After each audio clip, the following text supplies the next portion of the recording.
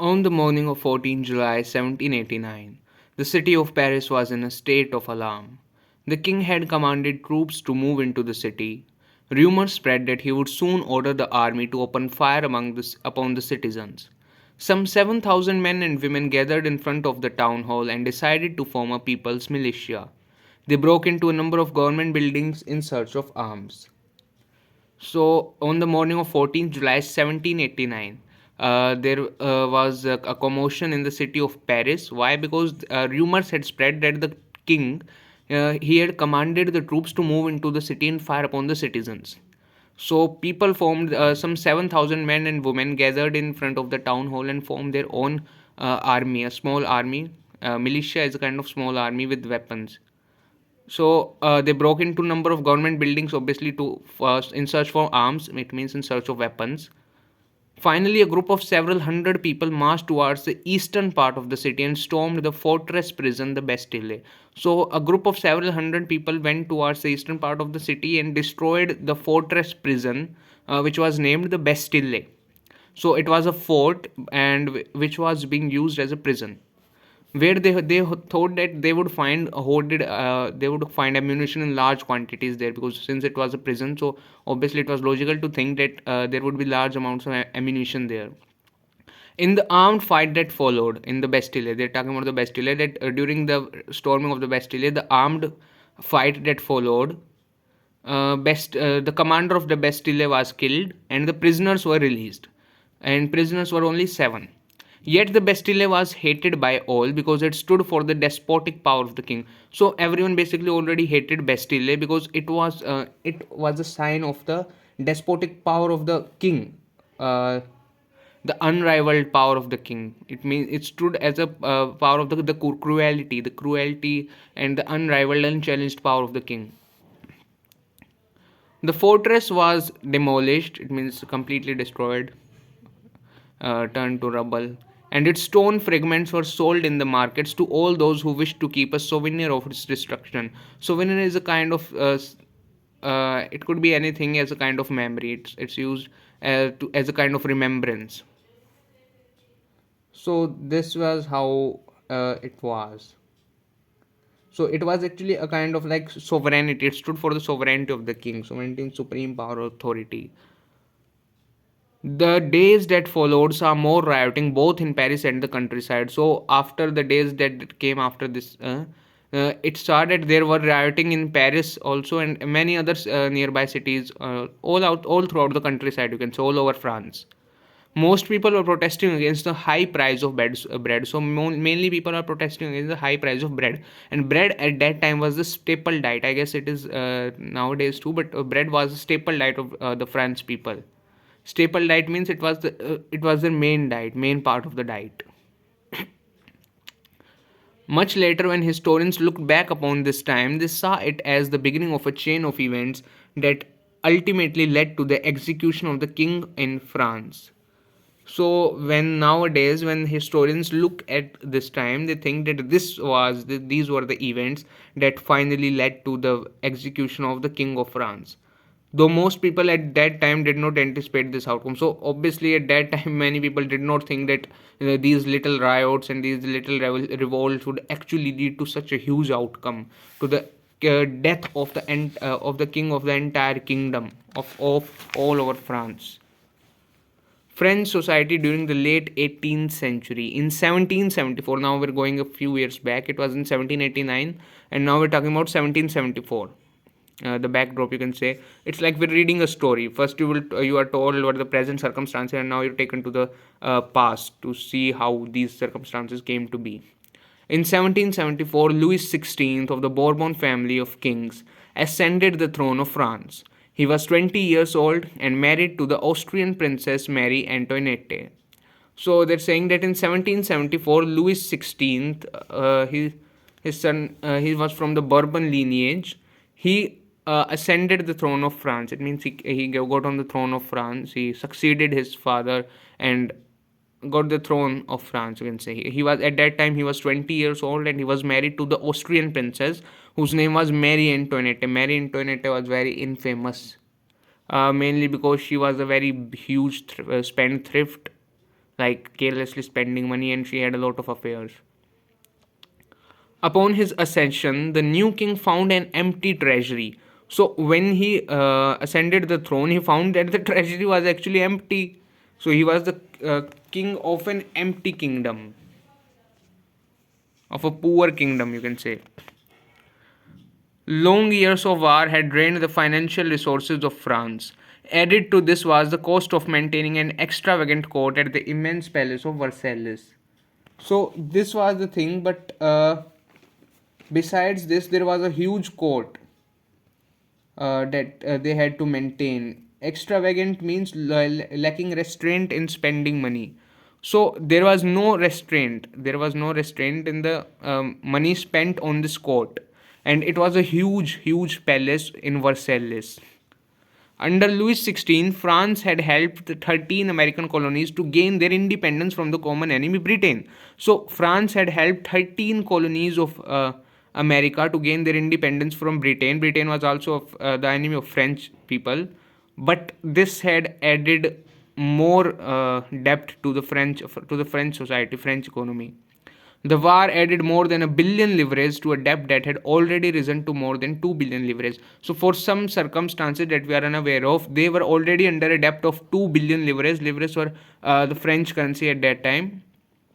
I think it's given to somewhere here. Here it is. Unit of currency in France discontinued in 1794.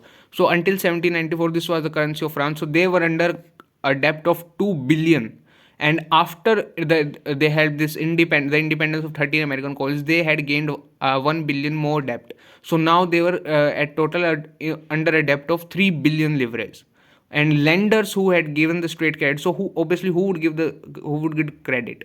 There are several local lenders, and there are some big lenders like some banks, and they lend money to the state. They lend money to state, but now they started charging a huge interest of 10%. So the French government was obliged to spend an increasing percentage of its budget on interest payments alone. So now the French government had to spend a lot of its budget on interest only. So forget about giving the main sum. They had to spend a lot only on the interest, because 10% of 3 billion is a huge amount, obviously. To meet its regular expenses such as the cost of maintaining an army, the court, running government so obviously all those things were previously already there. Now they had, and besides all the previous things that a state has to do, like everything you see around yourself, like the sewers, the roads, the army, of course, and besides the public sanitary works, housings, all these are provided by the government, right? So the government has the task of maintaining them too. And besides all the usual work that the government had to spend money on, they had a huge debt of 3 billion. And now let alone the 3 billion amount, they also had to pay a 10% interest, and interest would obviously increase the more the time the government holds the money. So they had a kind of necessity in their mind that they should pay the sum as fast as they can, because the longer they will hold the money, the more interest they'll have to pay, right?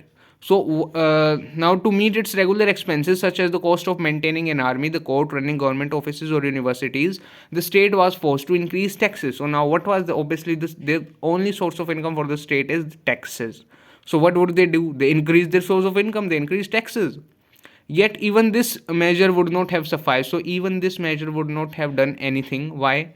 Because French society, now will know why this would have not done anything much. Because French society in the 18th century was divided into three estates. You can say into three parts, and only members of the third estate paid taxes. So they're saying that only members of the third estate paid taxes. So let's say even if you do increase tax, right, you did increase tax, but only the third estate is paying tax, right? Only the third estate is paying tax. So the society of estates was part of the feudal system that dated back to the Middle Ages. So feudal means absurdly outdated or old fashioned. So this part of society, this society of estates, it was part of a feudal system. So it was a part of a system that was very, very, very outdated. You can compare it with our with our nowadays caste system like in India. So caste system is basically absurd. It means it's very foolish system, and it is very old, right? So in the same way, this society of estates was a very foolish system of the France, uh, and it dated back to a very long time ago. That's why it was a part of the feudal system. Feudal system basically means absurdly outdated. So means foolishly outdated. So it was so long ago that having this system nowadays is nothing but foolishness. So it was that old. The term old regime is usually used to describe the society and institutions of France before 1789. So old regime, old regime is used to describe anything in France before 1789.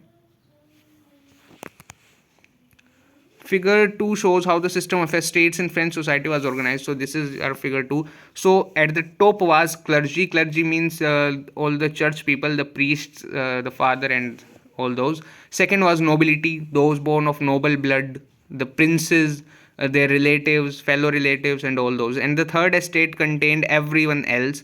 The third estate was again divided into three parts basically. The first and the biggest, the first and the topmost part contained the big businessmen, the merchants, court officials, lawyers, etc. Then below it were peasants and artisans, and last there were small peasants or landless labor or servants. So servants or landless labor who didn't have their own land and worked on others' land. In France, society was organized. Peasants made up about 90% of the population. So these peasants were actually 90% of the population of all over France.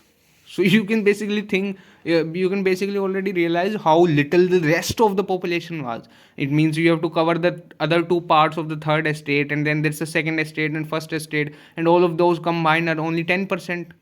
10% of total population. How ridiculously small must their numbers be, right?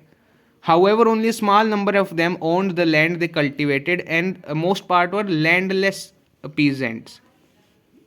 However, only a small number of them owned the land they cultivated. About 60% of the land was owned by nobles, the church, and other richer members of the third estate. So 60% land was owned by nobles, which fell into the second estate, the church, which was part of first estate, and other richer members of the third estate. The members of the first two estates, that is the clergy or clergy and the nobility, enjoyed certain privileges by birth. So what was special about them? That they enjoyed some certain privileges by birth. Even if they were born very poor, well, obviously they wouldn't be born poor, but let's suppose they were born poor, but they were part of the first or second estate, then there would still be some kind of privilege that they would have, even if there was a rich person in the third estate. So it can be similar to how our caste system is exactly right now. So you can say that a Brahmin will obviously was more respected in let's say about 100 years ago. A Brahmin was a very poor Brahmin would be more respected and given more privileges than a very rich Shudra, right? Let's say there would be a very rich Shudra or a very rich Vaishya, but he would be given much less respect, much less privileges than a very poor Brahman would be given. So this was how it was in French society too. The most important of these was, so if we look at French society, we will obviously think that how the people of France were suffering, how unfair this system is. But when we look at our own society, we don't think like this. We say, yeah, let's keep it running. Who cares? This system is fine. It doesn't matter. It was long ago. People are not suffering nowadays, and even if they are suffering, who cares? Let them suffer.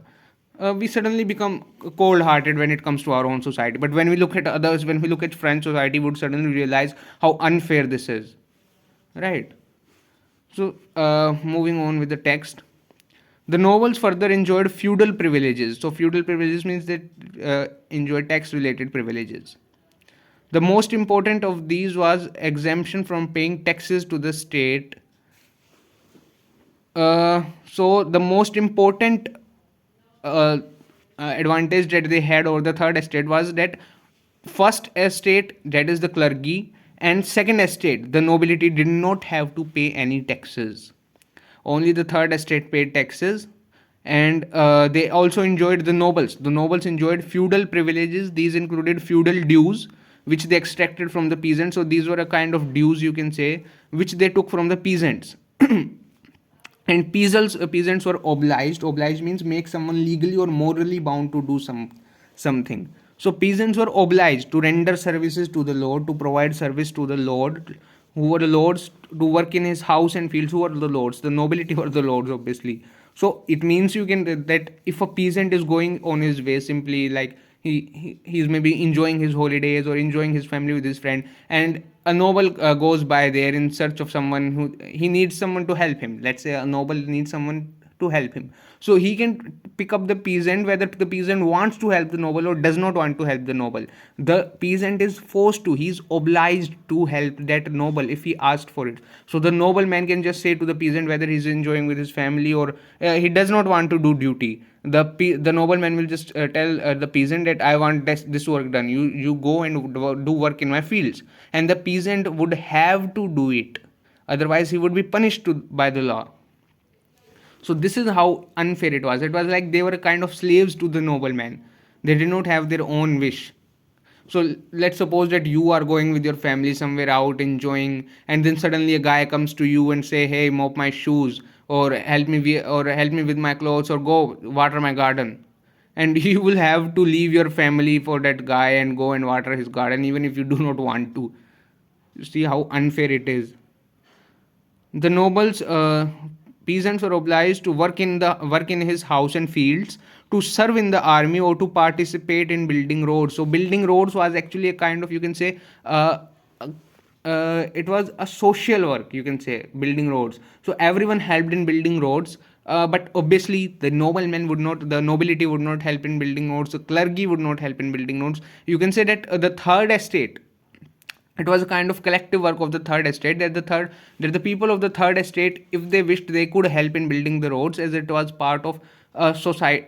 It was as a duty done to the society, a favor towards society. So it was a kind of societal work, building roads. But even in the third estate, peasants were forced to build the roads. Peasants were forced to participate in whether they wanted or not wanted. So the big businessmen, the merchants, the court officials, lawyers in the third estate, if they so wish that they can help in building the roads, it's completely their wish. But the peasant had to do it, whether he want it or he doesn't want it. He will have to do it. He's forced to do it. The church too extracted its share of taxes, called tithes. So the church also extracted its taxes, and it was called tithes, from the peasants. And finally, all members of the third estate had to pay taxes to the state. So obviously they have to pay tax to the state, because the state is the main charge of the tax. But besides the states, they have to pay tax to the church and to the nobility. So suppose you have to pay, like right now you are paying taxes to the government, right? But suppose that they also ask you to start paying taxes to the state government separately, and then they start asking you to pay taxes to some Hindu religious organizations too. So how dull life would be, how hard it would be, right? Giving your hard earned money just in a form of tax, like most of your money is gone in the form of tax every month. So what will you have for yourself, for your family, for your own comforts and enjoyments? What will you save for yourself? Nothing, right? So and the person who barely manages to get something for his food, he has to pay taxes to three people, to three organizations. What will he save? How will he live? Right? The church to tithes from the peasants, and finally all members of the third estate had to pay taxes to the state. These included a direct tax called tele. I don't know how it's pronounced. I'm just saying it as tele, and a number of indirect taxes which were levied on articles of everyday consumption like salt or tobacco. So a direct tax, like nowadays we have to pay income tax, and besides this we are paying tax on almost every product that we are buying from the market. You buy some product, let's say you bought a bulb, then some of it is your GST, right? That is the tax that you pay indirectly. You bought an AC, about 8-10% of it is GST, then you have to pay that tax too. So earlier too this was the tax, but earlier it used to come combined in our country before the GST was introduced. Let's say you supposed you bought something for 10 rupees, so the 10 rupees already had the tax and the base price of the product. So it was already, let's say the actual price of the product was 8 rupees, and it had the 2 rupees tax uh, inside it already, right? So they already included the 2 rupee tax with it, and that was how the MRP came to be 10 rupees. Nowadays it's like suppose something has GST, so they just tell you the base price of the product and then calculate the GST separately, which were through taxes was the burden of financing activities of the state through taxes was borne by the third estate alone. Let me break it a little more light. The struggle to survive. So above here is a picture. It's a French drawing. So here this is a nobleman and this is a poor peasant or a worker, you can say, from someone from the third estate. So basically he's here to pay taxes, tax or the money here, as you can see in his bag, and some amount of fruits and stuff to the nobleman to be with good terms with him. And this is this bag where everyone else puts their money. So you can clearly see that how well the nobleman is doing, but still he is asking for more and more. So here this says, it's written here in French, it's translated, this poor fellow brings everything, grain, fruits, money, salad. The fat lord sits there ready to accept it all. He does not even care to grace him with a look. The nobleman is the spider, the peasant, the fly. So they are compared with a peasant and a so here it is. It's the fly. It's the fly here and the spider here, and the nobleman is compared with the spider, and the peasant is compared with the fly. So you can say that the nobleman is capturing the peasant, the poor simple-minded peasant, into his trap. The struggle to survive. Now the population of France rose from 23 million in 1715 to 28 million in 1789. 1789, if you remember, was the time when the Bastille was destroyed. So now the population of France stood at 28 million. This led to a rapid increase in the demand for food grains. So this was a huge increase in population. You may say that this was not a very big increase, but according to our time, that is, at that time it was a very huge increase in population from 23 million to 28 million. This led to a rapid increase in the demand for food grains. Production of grains could not keep pace with the demand, so now they could not produce grain so much so to feed all of the population sufficiently. So what happens? So obviously, when such a kind of thing is there, the price of the food increases. Why? Because demand is more, but the supply is low. So wherever there is more demand but less supply, then the in price will definitely increase.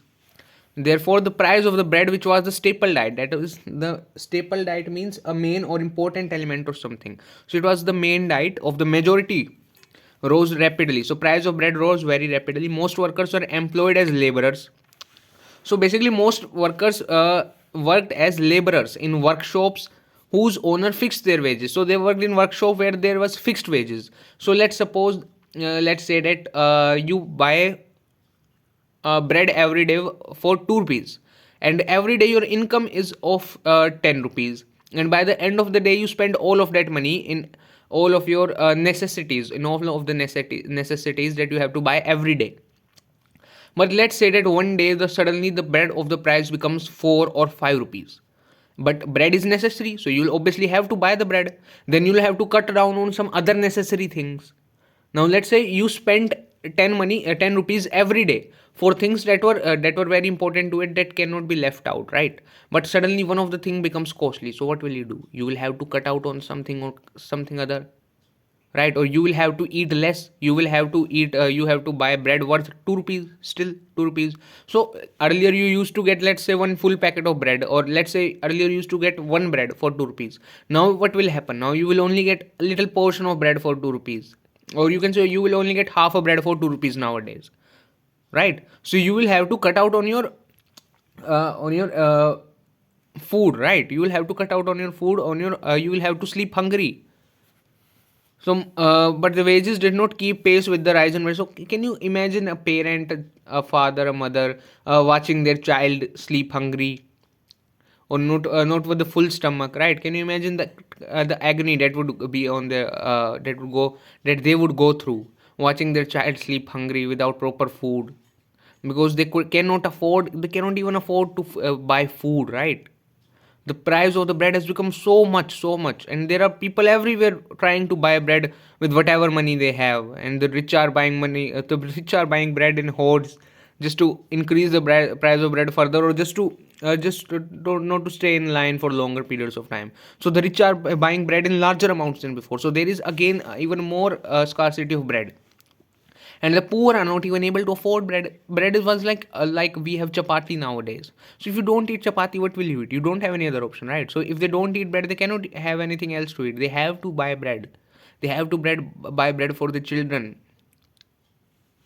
So suppose even if they do buy bread enough for the children, then they are sleeping hungry. So a country where the population is not even able to sleep with the full stomach, what kind of country is it? It's completely in turmoil. The country is completely shaken off. People everywhere are just, it's in a kind of turmoil. So, but wages did not keep pace with the rise in prices, obviously. So the gap between the poor and the rich widened. Things became worse whenever drought or hail reduced the harvest. Now, obviously, there are droughts and hails everywhere in every kind of production. In every kind of agricultural production, there is supposed to be some kind of drought. Either it will come sooner or later. It will, but like let's say. So now, when a drought comes, several fields haven't produced even a single uh, uh, grain, right? Even a single batch of grain. So the scarcity becomes too much. There's a huge scarcity of bread when a drought or hail or something like this occurs. Then what are the people supposed to do? Now, not even not just the parents, even the child has to go to sleep without food sometimes, because there is no bread in the market. Whatever bread is there, it's sold out as soon as it comes in, just like an mi phone sale. As soon as it goes on air, it's just sold. And who are buying it? The richer people are buying. The rich people are buying it, and maybe some fortunate richer lower class people may also get some bread. But the poor people are sleeping without bread, or maybe in a week or in 2 3 days they get some food, they get some bread, and then they have to just manage with it. But you can imagine how harsh the situation was.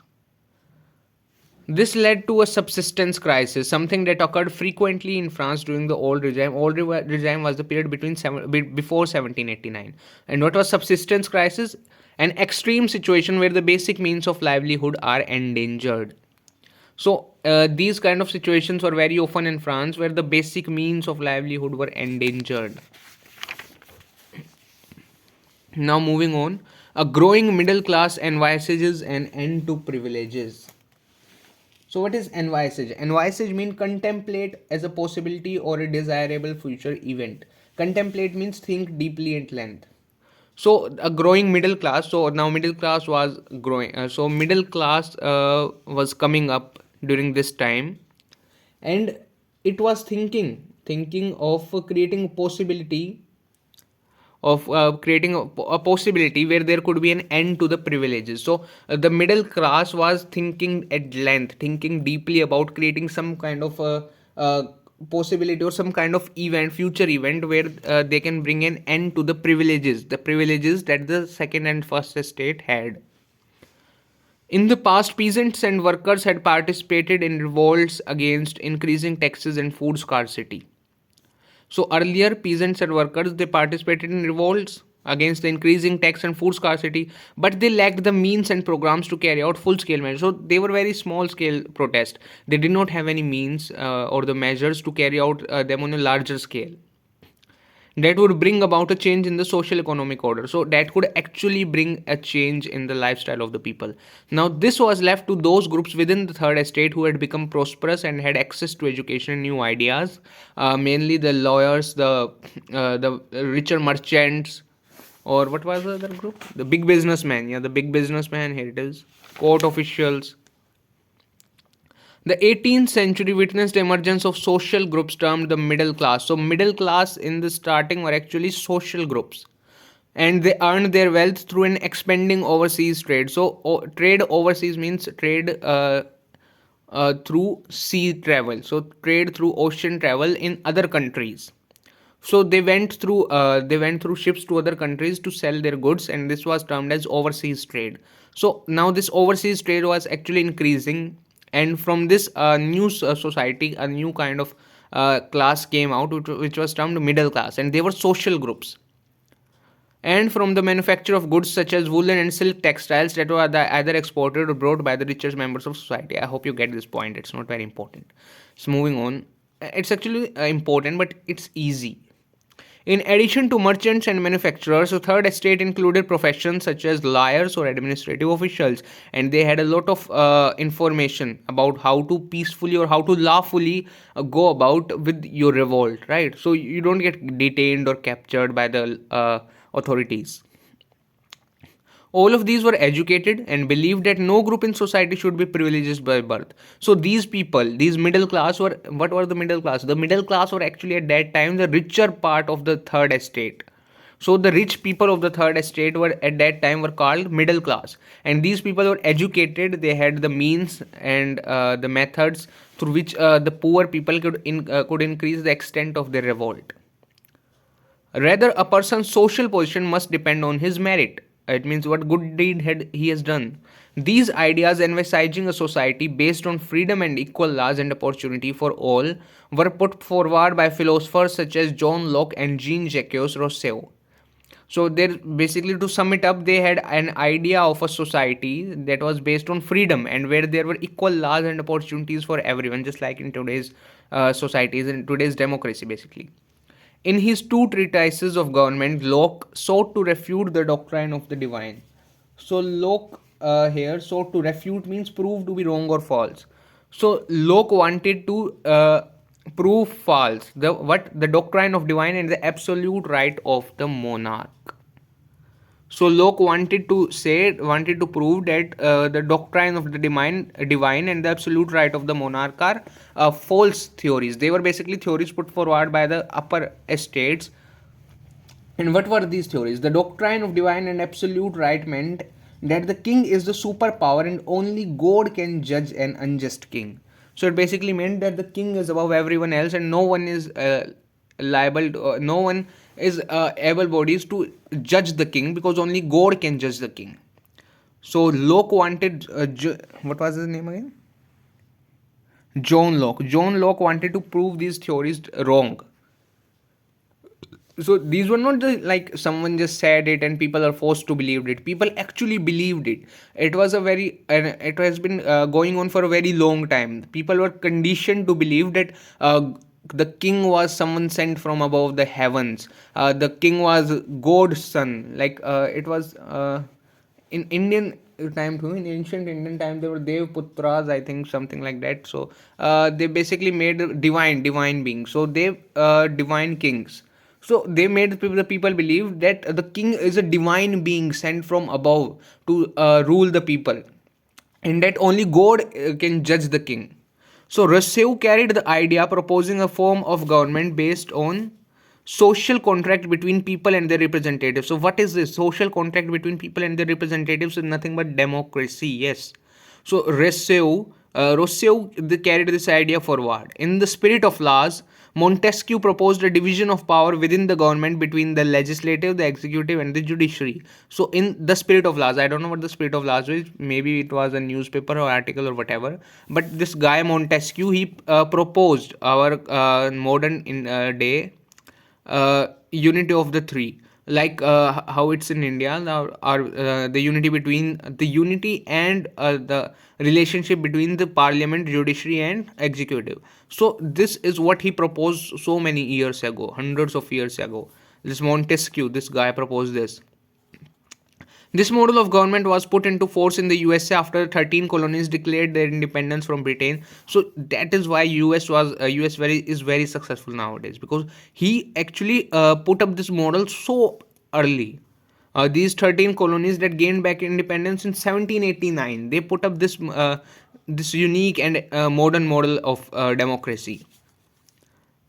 After the American Constitution and its guarantee of individual rights was an important example for political thinkers in France.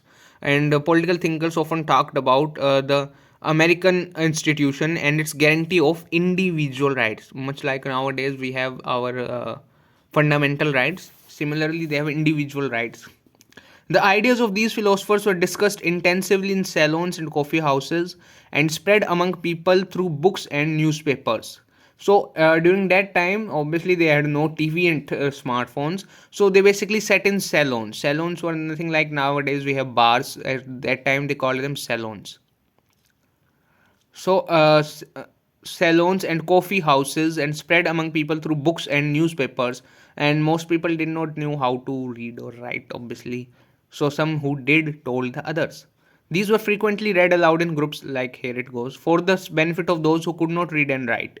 The news that Louis XVI planned to impose further taxes to be able to meet the expenses of the state generated anger and protest against the system of privileges. So now the news spread out, obviously, that Louis XVI wanted to increase the taxes. And why? Because the state had to pay the debt.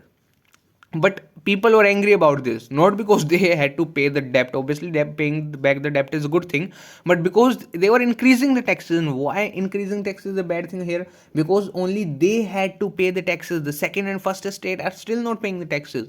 It means that there would be additional burden on them. They're already suffering too much from the scarcity of bread, the increasing price of food, right? And already they have to pay taxes at three different places, but now they have to pay an increased amount of tax. Like, what the hell, man? Are they just like working machines? Like, they keep on working, generating income, and then give it back to the nation without getting anything in return? Accounts of lived expenses in the old regime. I highly recommend that you read this expense. I'm not going to read it right here because it will just increase a lot more to the video. So but I highly recommend that you read it by yourself after you finished with this video. Moving on, the outbreak of the revolution. Louis XVI had to increase taxes for reasons you have learnt in the previous section. How do you think he could have gone about doing this in France of the old regime? So, like, it wasn't like he just suddenly thought of that I should increase taxes, and then he decided that let's pass a resolution. I will just create a kind of I will create an order, and then it would be passed through my subordinates, and then they would pass it into the executive council, and then they would pass it like this. Because I don't think they had an executive council at that time, but maybe if they did have, it didn't work like it does today. Even today, the government, it's not like Narendra Modi, he's the prime minister of our country, so he just suddenly decides that let's go about increasing taxes, or like the demonetization thing was there. So he doesn't think like let's pass the demonetization act, and suddenly he just thought about it, and then he wrote it on a piece of paper and gave it back to his executives, who just passed all the orders all to the police officers and all to the banks that now these notes would not be accepted. It's not like this. Like, it has to go through a lot of processing. So in the same way, the increasing of the taxes had to go through a very hefty process. And what was it? Rather, he had to call a meeting of the Estates General. Now, what was the Estates? The Estates General was nothing but all of the three estates combined, which would then pass his proposals for new taxes. So after this was done, still they would pass on the proposal for new taxes, and then it would be accepted. The Estates General was a political body to which the three estates sent their representatives. So it was a body which combined of the three estates, but each sent only their representatives, not complete bodies, only their representatives. However, the monarch alone could decide when to call a meeting of this body. The last time it was done was in 1614, but only the king could decide when to call this meeting. So this was the privilege that the king had. So on 5th May 1789, you should remember this year 1789. This was the very year in which, in July, the people of Paris, the citizens of Paris, destroyed the Bastille. So on 5th May 1789, Louis XVI called together an assembly of the Estates General to pass proposals for new taxes. A resplendent hall in Versailles was where he lived, his palace, immense palace, we talked about this in the starting, was prepared to host the delegates. The first and second estate sent 300 representatives each. So 300 representatives, like, it's already a huge number. But I guess their number in actual was even much bigger. So maybe. So the first and second estate, they both sent 300 representatives, and the the members of the third estate, they sent 600 members. And so what's interesting is here that the members of the first and second estates were seated in rows facing each other on two sides, while the members of the third estate, they had to stand at the back. Like, you can probably imagine if in today's society, in today's time, something like this happened, it would be very disregarding, right? It would be very, very disrespectful. So, but this was like a normal thing, a normal routine in at that time in France. And much worse, in fact, much worse. At least they are given some kind of representation in the French society, right? In our Indian society, the people from the lower caste were not given any kind of forget representation. They weren't even looked at, like, forget looked at, I mean, they were not even treated as human beings. Like, it's almost like a very bad looking and a very ugly looking animal is going in front of them, and they just want to avoid him. This is how our Indian people were actually, how our Indian people actually treated each other. See, that is why Indian society hasn't reached any phenomenal length, right? Because they hated themselves. They did not even respect their own people, and this is the reason why we are still a developing country and not a developed one. And for the next hundreds of years, probably will still be a developing country. So peasants, artists, the third estate was represented by its more prosperous and educated members, of course. Peasants, artisans, and women were denied entry to the assembly. So peasants, artisans, and women, they were denied entry. So women, even if they were at powerful positions, obviously they weren't at powerful positions because at the time the society was not so. But let's, for argument's sake, let's say, suppose that even if a woman was at an advantageous position and at a high official position, or let's say that she's a lawyer, but still she would not be able to represent herself, she would not be able to attend this the meeting, meeting of the Estates General.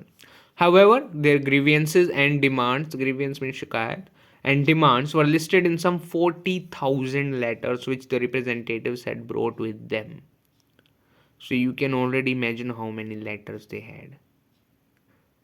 So everyone had about 60 letters at least. So every member of the third estate from the in the Estates General had with him at least 60 letters. Can you imagine holding 60 letters? I mean, they obviously had to bring 2 or 3 bags with them, or maybe a bag at least each, and holding 60 letters each, like 40,000 letters, seriously.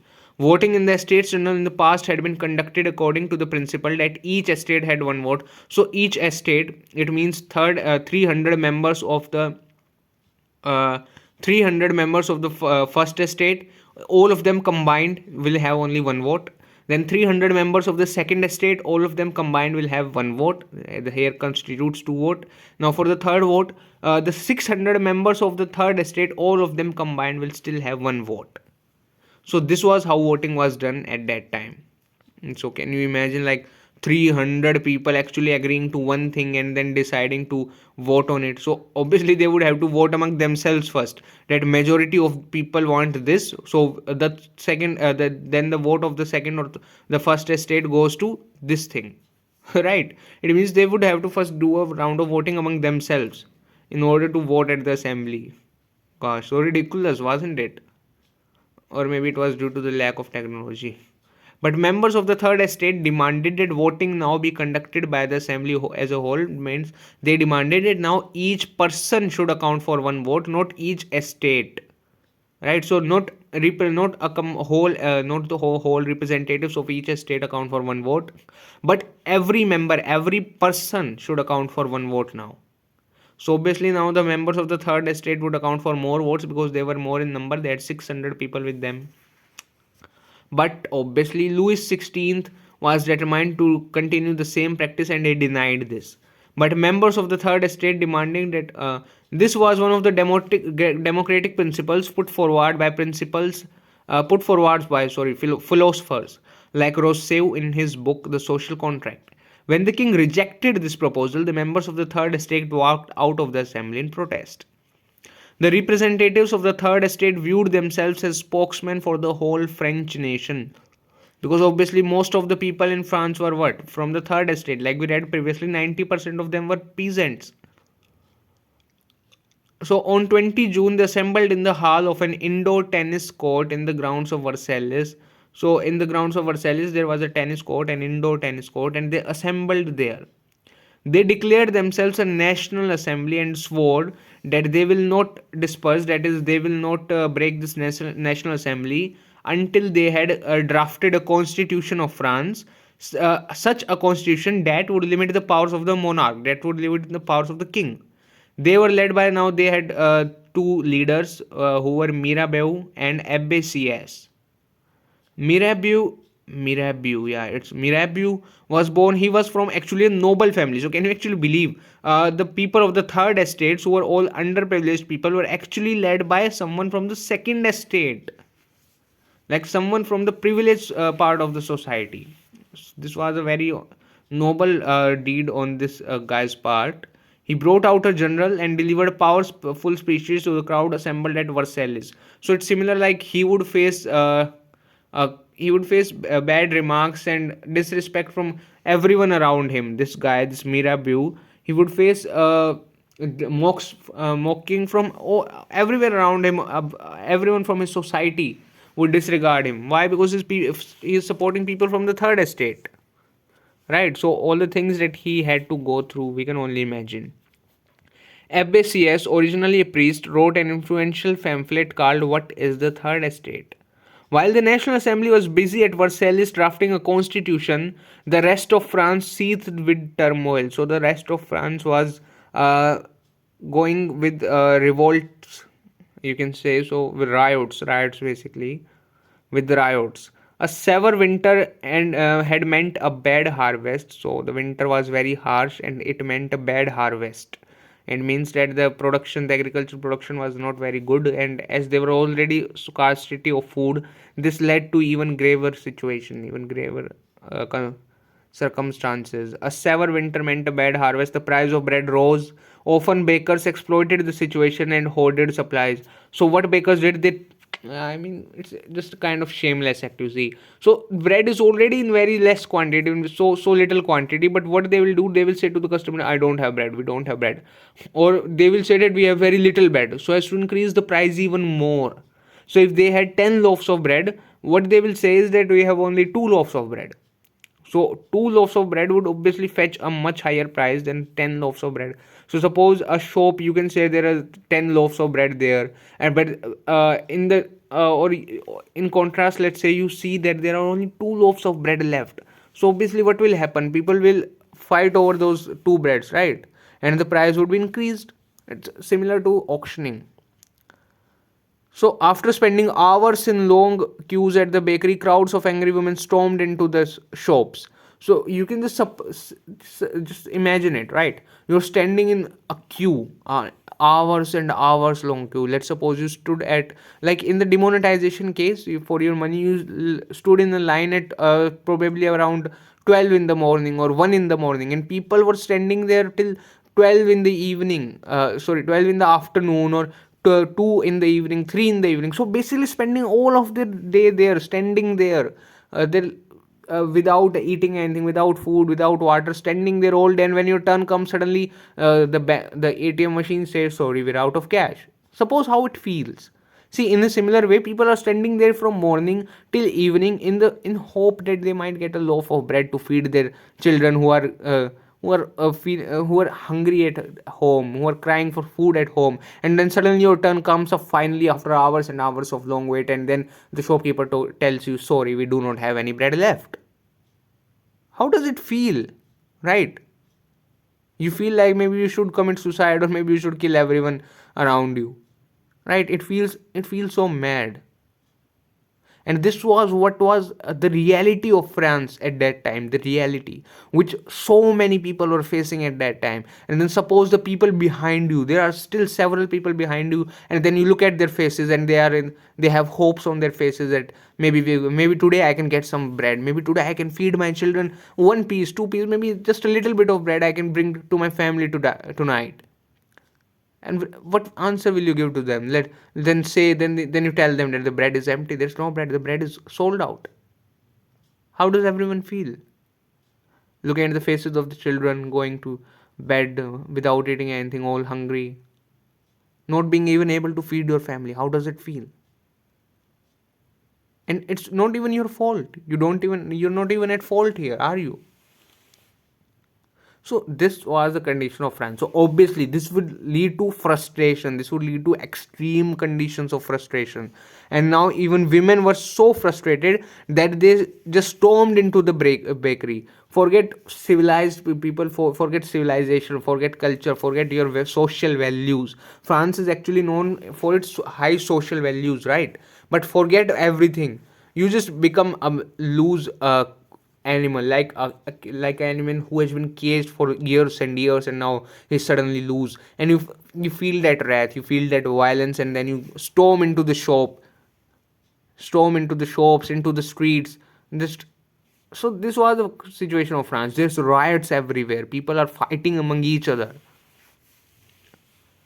At the same time, the king ordered troops to move into Paris. So obviously, the hate of the people were directed towards the king. And now there's a rumor that the king has actually freaking ordered the troops to move into the city, to fire upon the citizens. Mine means to actually take their lives now, literally take their lives. How do you feel? You feel everything goes to hell. I'm just picking up arms and I'm going against this fucking king, whoever he is. You'll just suddenly think like that, right? You just think everything goes to hell. I don't care about my life anymore, but I'm gonna kill this king. I'm gonna go against this king and I'm gonna try and kill him. I'm gonna kill all these troops that are trying to come into the city, right? Do you feel something like that? You feel this fire inside you. And this is what the people of France were feeling. This is what the whole nation was feeling. So do you think a king had a chance, stood a chance against all these people? In the countryside, rumors spread from village to village that the lords of the manor had hired bands of brigands who were on their way to destroy the ripe crops. Now, in such situations, there are rumors everywhere going on about every single thing. So now another rumor spread. What was the rumor? From village to village, that the manor means it's an estate consisting of the lord's land and his mansion. So who were the lords? The lords were people from the nobility. So in the basic sense, the paragraph means that rumors spread that people from the nobility had hired gangsters. You can say modern day term, it's gangsters, had hired gangsters to destroy the crops, to destroy the agriculture, so that the poor people will have even less food to eat, because obviously the richer people were not in any harsh position. They still have plenty of food to eat. They did not have any scarcity of food. Only the third estate, only the poor people were suffering, not the richer people. And now there was this rumor that they had hired gangsters to destroy the crops, so that there's even less food for the for the people of the third estate. So obviously, what will they do? They will ensure their survival. So what they did was that and they were obviously fearful for their lives, for the not for their life. Forget their lives. Who care for their lives? They were fearful for the lives of their children, for their grandchildren, for all the people around them, that the people they loved. A man is fearful for his wife. The father is fearful for his children. The grandfather is fearful for his children, for his grandchildren, right? Everyone was fearful for everyone else. And what will they do in such a situation? So, caught in a frenzy of fear, peasants in several districts, they seized hoes and pitchforks. They're actually kind of agricultural tools. So they they held these as sort of weapons and attacked the chateaux. So what's a chateaux? A chateaux is a castle or stately residence belonging to a king or nobleman. So these were the places where the kings or the noblemen lived. So they attacked these places and they looted the hoarded grains. So obviously the nobles had such huge palaces, such huge it's not like they lived in today's age. So they did not have a single 2 bed 3 bed house. They had a 10 bed house, a 10 room house, or a 12 room house. Not so they had very big residences, and obviously some of the rooms were only for food storage. So these people looted this stored food, and burnt down the documents that contained the records of their manorial dues. That is, that contained the records of their debts. So obviously, the noblemen were rich. So the poor people, or the people from the third estates, they often lended money from the noblemen. So the noblemen, so all these records which contained who had lended how much money and with which how much interest, these people also burned down these documents, so that they wouldn't remember who had taken money from home, right? So a large number of nobles fled from their homes, many of them migrating to neighboring countries. Faced with the, so this was not a small scale thing. It's not like it was, let's suppose, like let's take it in the form of India. So let's say this is happening in India. So it's not like it's only happening in Maharashtra or in Mumbai only, or in some small part of Maharashtra, or let's say in a big larger part of Maharashtra only, or forget Maharashtra, in some parts of Odisha and some parts of Gujarat. So it was happening all over the country. It's happening all over India. If we're talking about India, it's only supposed situation. So let's say if such a situation was in India, then it means it was happening all over India. See, so in this similar way, it was happening all over France. It wasn't limited to some specific or certain areas that we are talking about. This same situation was all over France. So, faced with the power of his revolting subjects, Louis XVI uh, finally accorded recognition to the National Assembly. So Louis XVI could only see one way out of this, one way to keep his life, his miserable life. And what was it? It was to go with the National Assembly, because the people supported the National Assembly. So he thought that if I support the National Assembly, maybe the people will forgive me, or maybe the people will not go after me anymore like this. So he supported the National Assembly. Now he gave recognition to it and accepted the principle that his powers would from now on be checked by a constitution. Instead of being removed and killed, it's better that I have some limited powers, he thought, obviously, very commonsensically.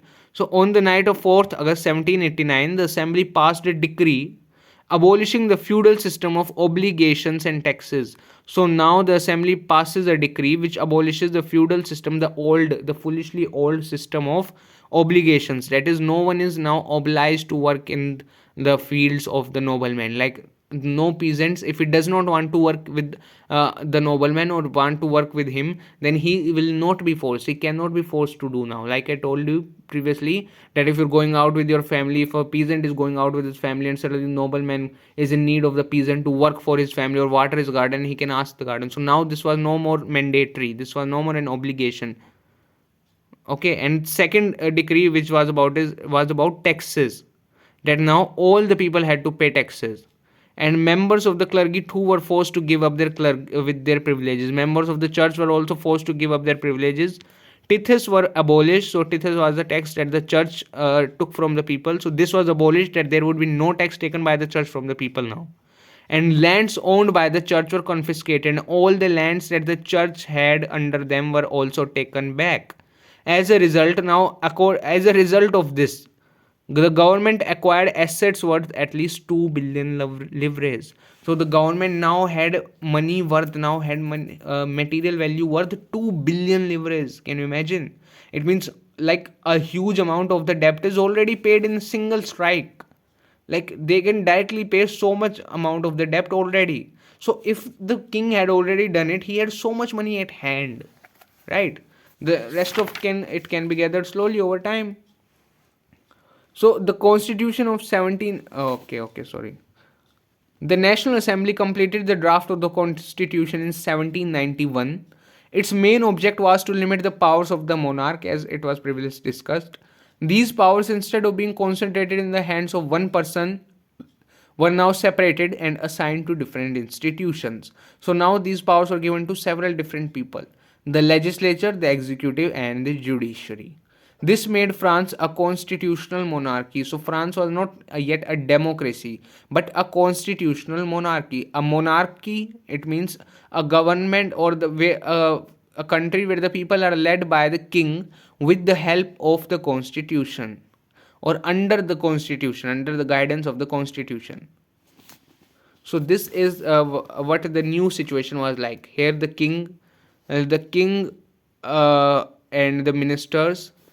So electors chose the National Assembly. The National Assembly in turn controlled the king and its ministers. But the king had a veto power over the National Assembly. It means if it did not like any decision of the National Assembly, it could stop the National Assembly from going on with that decision. However, the judiciary was separate, and the citizens voted for the judge of the judiciary. It's a very easy. Actually, you can just read it later if you wish to. It's a very easy system.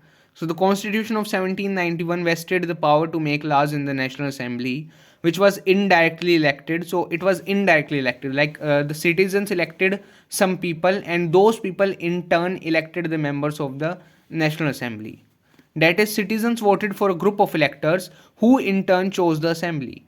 Not all citizens, however, had the right to vote, right? Only men above 25 years of age who paid taxes equal to at least 3 days of a laborer's wage were given the status of active citizens. That is, they were entitled to vote. So there were two conditions to become a voter. First was you had to be above 25 years, and second was that you had to pay tax which was at least 3 days of a laborer's wage. So the amount of wage that a laborer earned in 3 days, you had to pay that much tax. Sorry, I have a blocked nose. The remaining men and all women were classified as passive citizens. So all of the remaining people were classified as passive citizens. To qualify as an elector and then as a member of the assembly, a man had to belong to the highest bracket of taxpayers. So the higher tax you pay, the more powerful position you can achieve. So basically, you had to be rich to achieve a powerful position. The middle class society. This was the middle class thinking, and this was the National Assembly made from the people of the middle class. So obviously, they would have the same kind of thinking. So basically, this system was also not foolproof, but they obviously later on improved it. The constitution began with the declaration of the rights of man and citizen. Rights such as the right to life, freedom of speech, freedom of opinion, equality before law, like our fundamental rights basically, were established as natural and inalienable rights, means inseparable rights. No one can take them away from you, whether you are an active citizen or a passive citizen. That is, they belong to each human being by birth and could not be taken away. It was the duty of the state to protect each citizen's natural right. The revolutionary journalist Jean-Paul Marat commented in his newspaper L'Ami du People, the friend of the people, on the constitution drafted by the National Assembly. The task of representing the people has been given to the rich. The lot of the poor and oppressed will never be improved by peaceful means alone. So he said that the task of representing the people has been given only to the rich people, because the who were the members of the National Assembly? The upper class from the third estate, like the lawyers, the big businessmen. Uh, these were the people of the National Assembly. Who were they? They were actually rich people. So he's saying that the task of representing the people has been given to the rich people, and the poor people will never be, the life of the poor person will never be improved by peaceful means alone. Here now we have absolute proof of how wealth influences the law. So he said, now we have complete proof of how law can be bent by using money.